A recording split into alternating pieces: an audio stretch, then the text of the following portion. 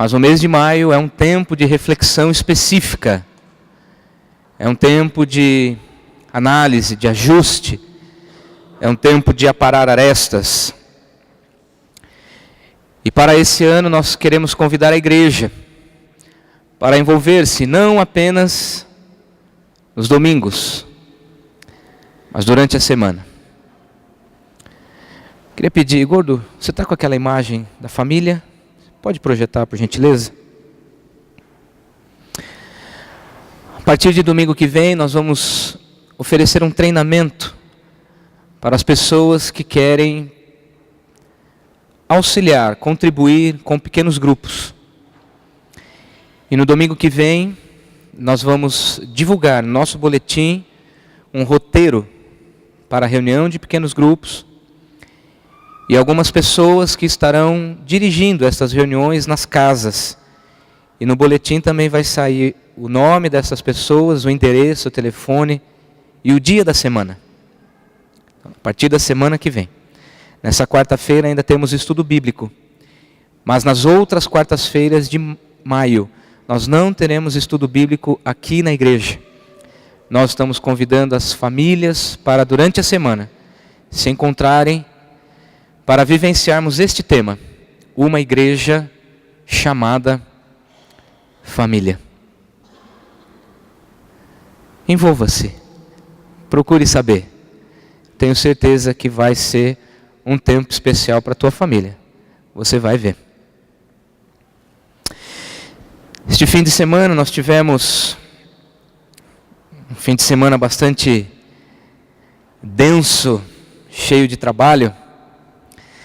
Na quinta-feira, dia 1º de maio, nos reunimos em cerca de 200 pessoas, a igreja reunida numa chácara ali em Araçoiaba. Foi um tempo muito especial de confraternização, de comunhão. Algumas pessoas que conversaram, que se conheceram, um tempo especial. E para os irmãos terem uma ideia de como nós precisamos incentivar os jovens à prática do esporte, que o seu Pedro, nosso irmão presbítero, inclusive diretor do nosso coral, jogou bola a tarde inteira com Roque, Tadeu, Edjalmas. E quem saiu de lá contundido foi o filho do seu Pedro, um jovem de 20 e poucos anos. Desculpa. Mas eu soube e achei o máximo.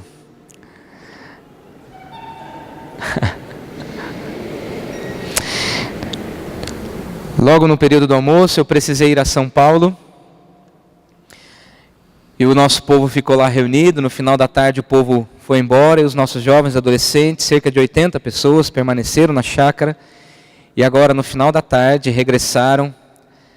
E hoje estão conosco, muitos eu estou vendo aqui, estou sentindo a falta de muitos jovens, adolescentes, provavelmente os pais, talvez eles mesmos pelo cansaço, talvez não puderam vir.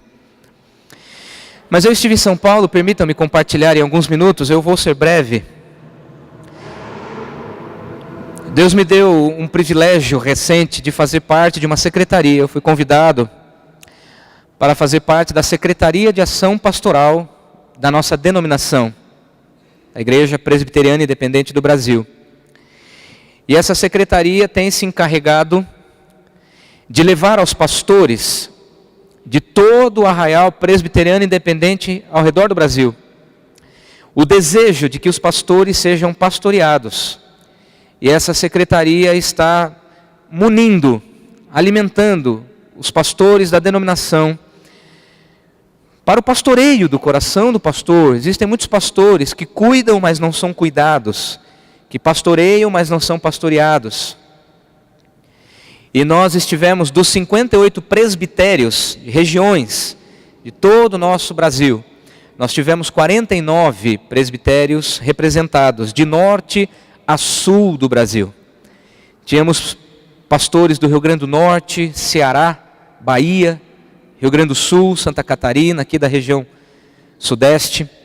Foi um tempo muito especial. O reverendo Messias esteve presente, foi um dos palestrantes, 4 palestras, e o pastor Marcelo Fraga, missionário da CEPAL, e pastor Batista, especialista na área de mentoreamento e pastoreio de pastores, conversou ali com os pastores nesses dias.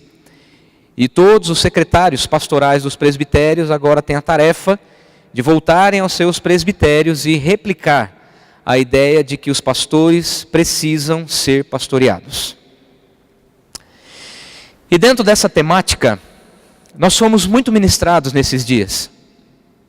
E fomos confrontados, nós pastores, mesmo eu sendo da organização, nós trabalhamos muito.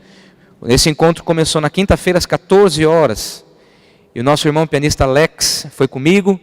E nós tivemos a tarefa de, além de ajudar na organização, também ficar responsável por devocionais e períodos de louvor. Trabalhamos muito. E quando voltamos no sábado à tarde, fui direto para acampamento. Dormimos lá e voltamos agora no fim de tarde. Foi o tempo de ir para casa, tomar um banho, vestir a roupa do pastor. E nós estamos juntos nessa hora. O pastor Messias falou muito sobre a família do pastor. E o pastor falou muito a respeito dos pastores pastorearem as famílias da igreja. De forma que testifica com o nosso desejo, testifica com o nosso plano de ação, como conselho da igreja, como equipe pastoral, de neste período nós falarmos e aprofundarmos o tema família. E provavelmente nós não vamos falar coisas novas para a igreja. Nós vamos falar das velhas e boas verdades bíblicas. E eu tenho convicção de que Deus vai derramar um renovo, uma restauração, uma unção nova, um óleo fresco sobre as famílias da igreja. O pastor Áureo falou hoje pela manhã, falou a respeito de conflitos.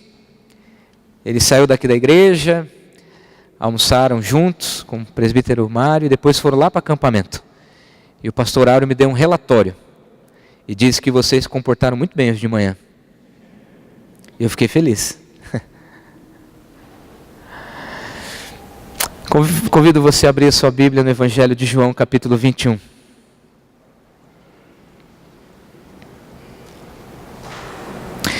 Evangelho de João, capítulo 21. E nós leremos uma das aparições do Cristo ressurreto aos seus discípulos. Evangelho de João, capítulo 21, versos 1 a 14. Que diz assim: Depois disso, tornou Jesus a manifestar-se aos discípulos, junto do mar de Tiberíades. E foi assim que ele se manifestou.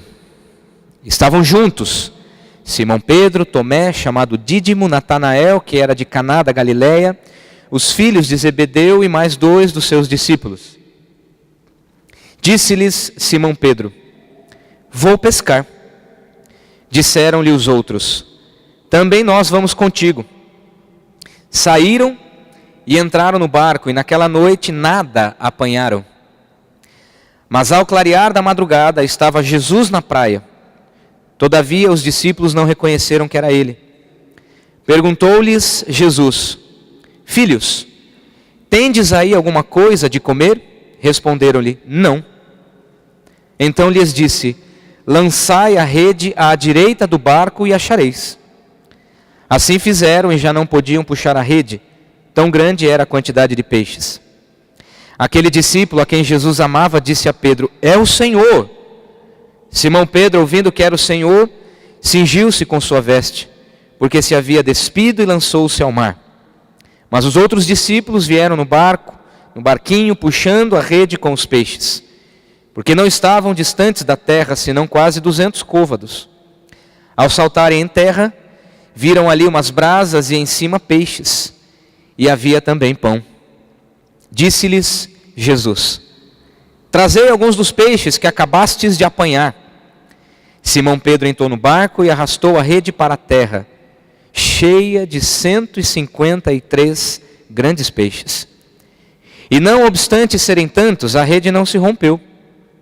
Disse-lhes Jesus: Vinde, comei. Nenhum dos discípulos ousava perguntar-lhe: Quem és tu? Porque sabiam que era o Senhor. Veio Jesus, tomou o pão e lhes deu, e de igual modo o peixe. E já era esta a terceira vez que Jesus se manifestava aos discípulos depois de ressuscitado dentre os mortos. Como eu disse, não vamos falar nada novo. Vamos repensar as verdades bíblicas. Ainda hoje estava conversando com o pai de um adolescente que estava no congresso, no nosso acampamento. E no final o pai disse assim: pastor, é isso mesmo que os nossos filhos precisam ouvir. E eu disse a este pai: meu irmão, nós não podemos nos cansar de dizer as verdades para os nossos filhos. Falar sobre obediência hoje pode ter sido totalmente diferente do que falar de obediência há uma semana atrás. E será totalmente diferente se daqui a uma semana falarmos novamente sobre obediência. Porque o Espírito de Deus é dinâmico e a nossa vida passa. Eu não vou estar igual amanhã de como estou hoje. Alguma coisa vai ter acontecido. Grandes impactos ou impactos sutis. Mas nós precisamos constantemente recapitular para, como pai, voltarmos ao eixo, como mãe, voltarmos ao trilho, como marido e mulher, voltarmos ao centro do amor, como filhos, honrarmos e obedecermos ainda mais os nossos pais. Quem sabe você está pensando, mas o que o texto tem a ver com família? Eu vou fazer uma associação e espero que os irmãos estejam bem concentrados. Nós temos ainda a Santa Ceia, então não vou demorar. Eu peço que você fique atento, não deixe que nada roube a tua concentração. Jesus já estava ressurreto. Jesus aparece agora aos discípulos. Mas você não acha curioso o fato de os discípulos voltarem a pescar? Jesus passou alguns anos conversando com os discípulos e compartilhando uma visão.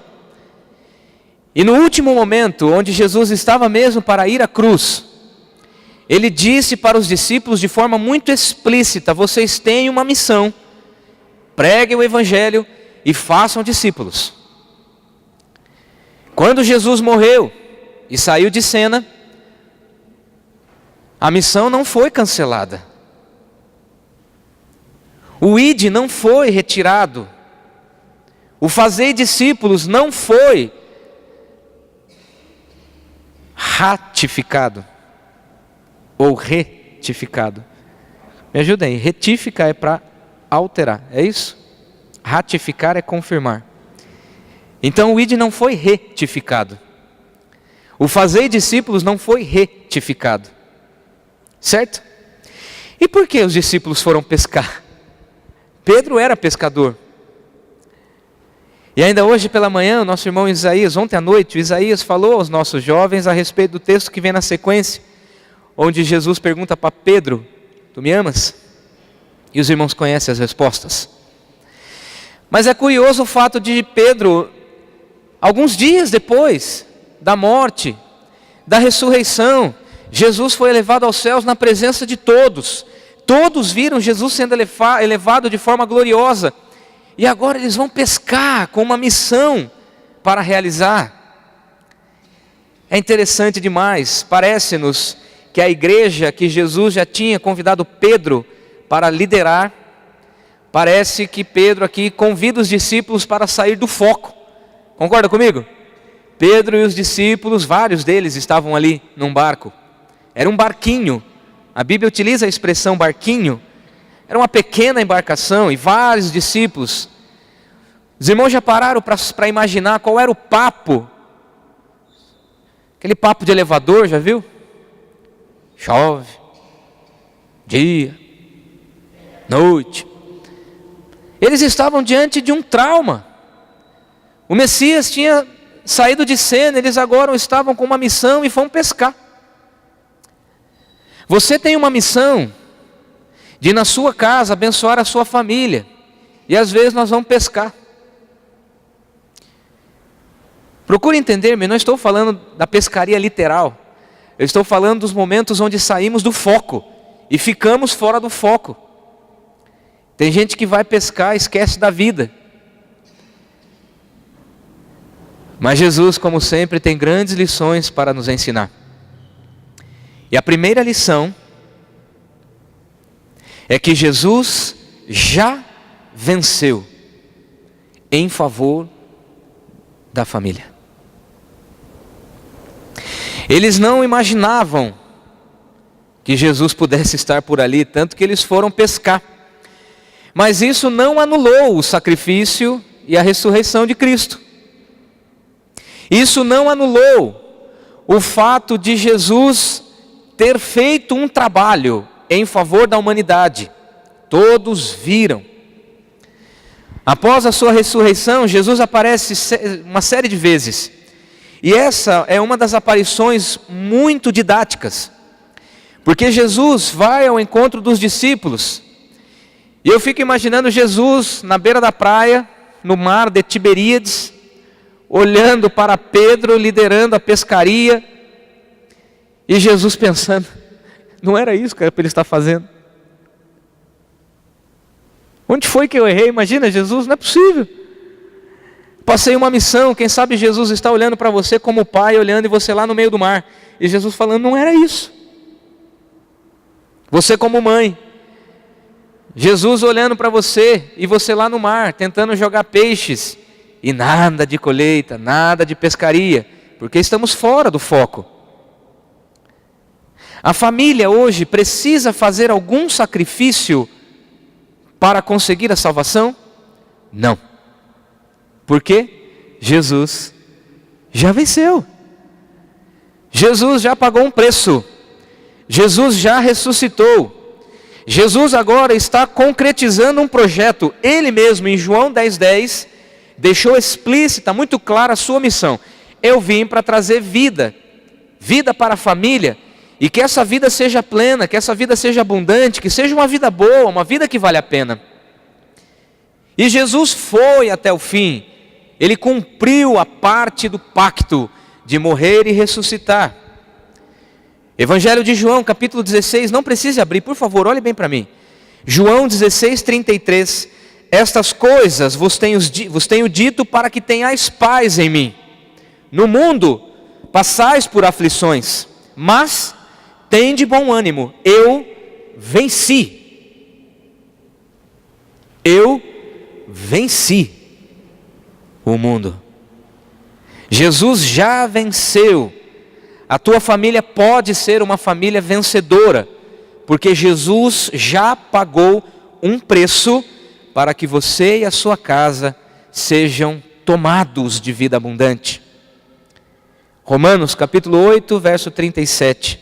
Em todas estas coisas, porém, somos mais do que vencedores, por meio daquele que nos amou. Provérbios capítulo 21, verso 31. O cavalo prepara-se para o dia da batalha, mas a vitória vem do Senhor. A igreja é a família. A família é a igreja. Família vencedora. Igreja vencedora. Um crente vencedor. Em segundo lugar, Jesus não apenas venceu em favor da família, Jesus está suprindo a família. Acompanhe comigo, por favor, veja o verso 9. Ao saltarem em terra, viram ali umas brasas, e em cima peixes, e havia também pão. Enquanto nós estamos trabalhando, enquanto nós estamos agindo, enquanto nós estamos de lá para cá, às vezes até pescando, às vezes fora do foco, Jesus está preparando um peixinho na brasa para a família. Jesus está suprindo a tua casa, mesmo quando você não faz. Jesus entra em cena para aquietar o coração do filho que clama por atenção. Mas a maneira de Jesus se manifestar é através do pai e da mãe. Jesus está preparando um peixinho na brasa para a esposa que não consegue mais chamar a atenção do marido. Jesus está suprindo com pão e peixe o pai que não tem mais controle das finanças, que já não tem mais o controle da obediência dos filhos. Jesus já estava suprindo. Eu gosto muito de imaginar a cena, enquanto eu estava aqui agora no final da tarde, lendo mais uma vez o texto bíblico, me preparando para, de uma forma muito zelosa, compartilhar esta palavra com a igreja. Eu estava imaginando a cena, os amigos inseparáveis, Jesus olhando aqueles homens no barquinho, saindo do foco, Jesus já ressurreto, com as mãos furadas, com os pés furados, com o lado traspassado, e Jesus ali, não sei bem se foi Jesus quem preparou, mas a Bíblia diz que havia ali peixe e pão.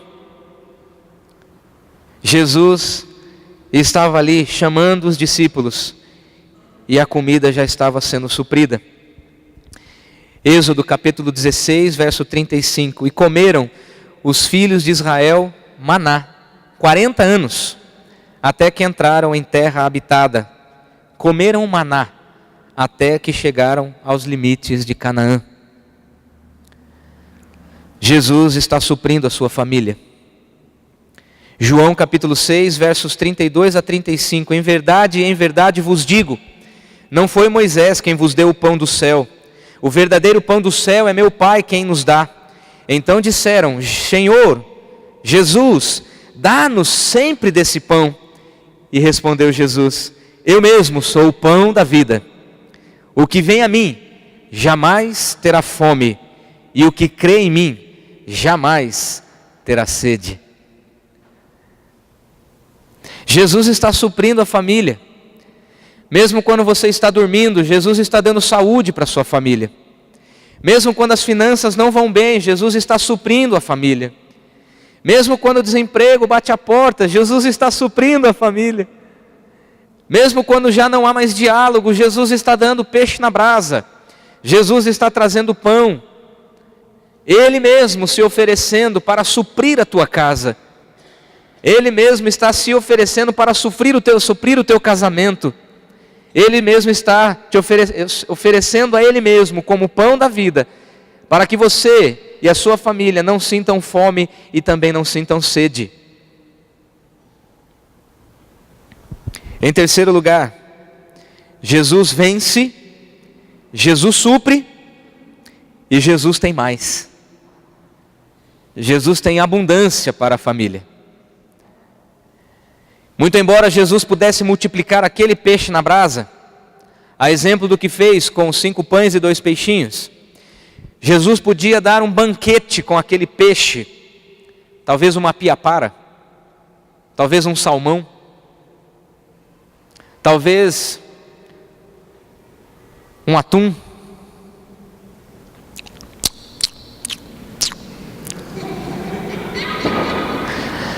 Tem ali um pãozinho, o peixe, quem sabe um azeite ali do lado, azeitonas pretas, Isaías que gosta.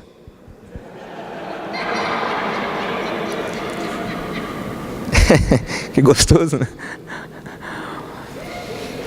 Jesus tem mais. Jesus podia multiplicar aquele pão que estava ali, mas Jesus olhando para os discípulos, veja, por favor, o verso 6.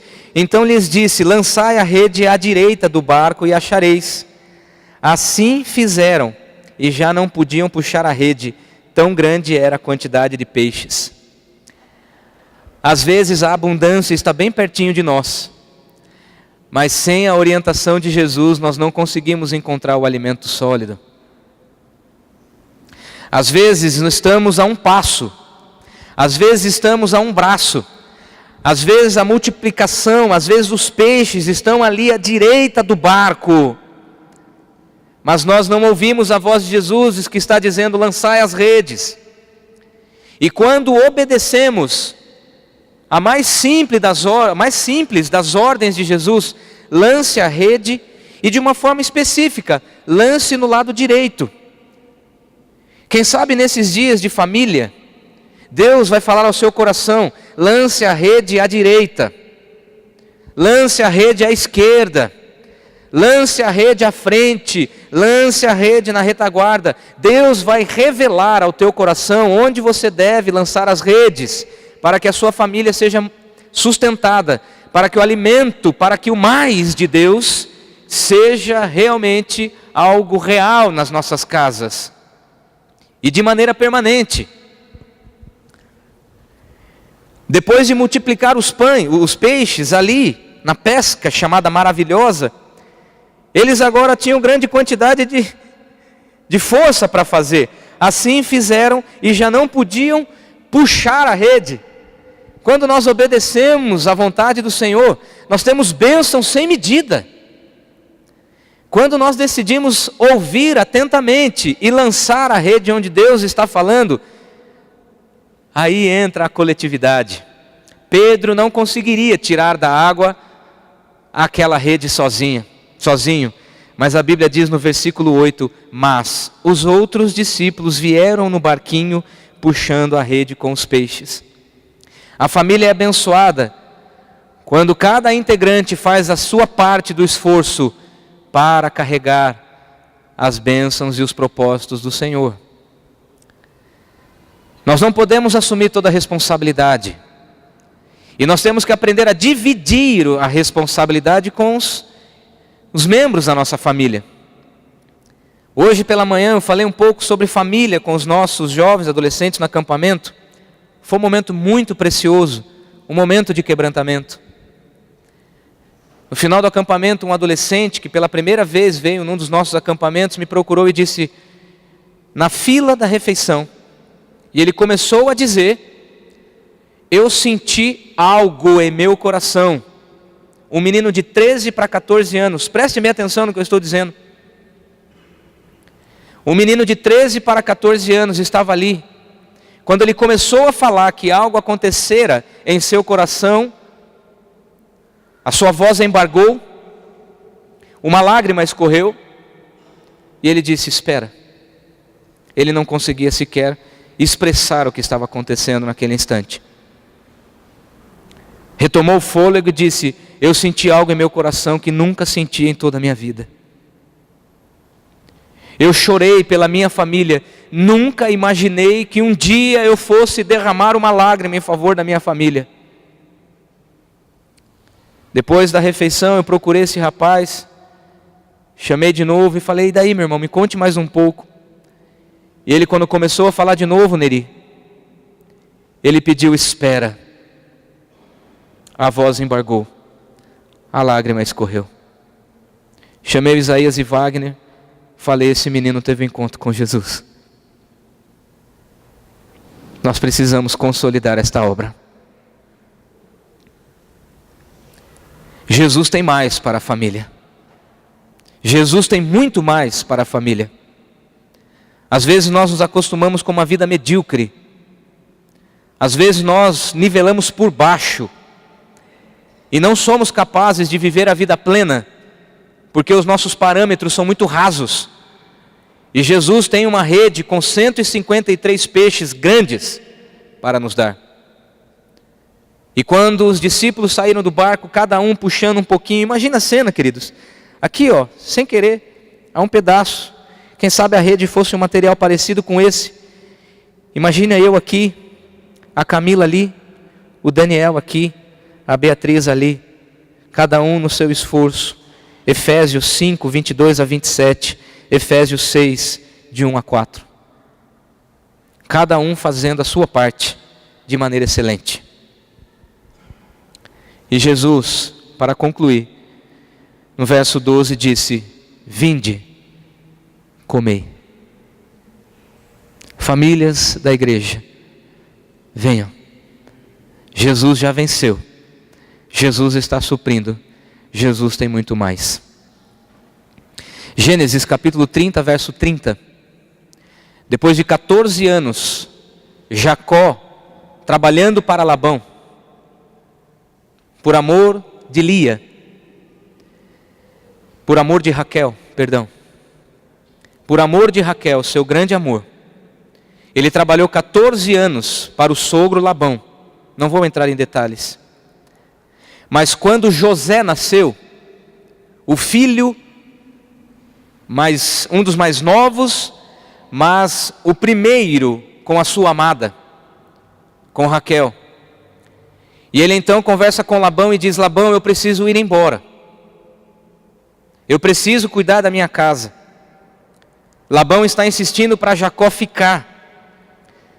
Mas a Bíblia diz que Jacó disse para Labão: quando hei de eu trabalhar em favor da minha família? Quando hei de eu trabalhar em favor da minha casa? Essa foi a pergunta que Jacó fez para Labão. Deus abençoou. Jacó saiu dali, enriqueceu, teve prosperidade, e os seus filhos deram origem às 12 tribos de Israel. Jesus tem mais. Jesus tem muito mais.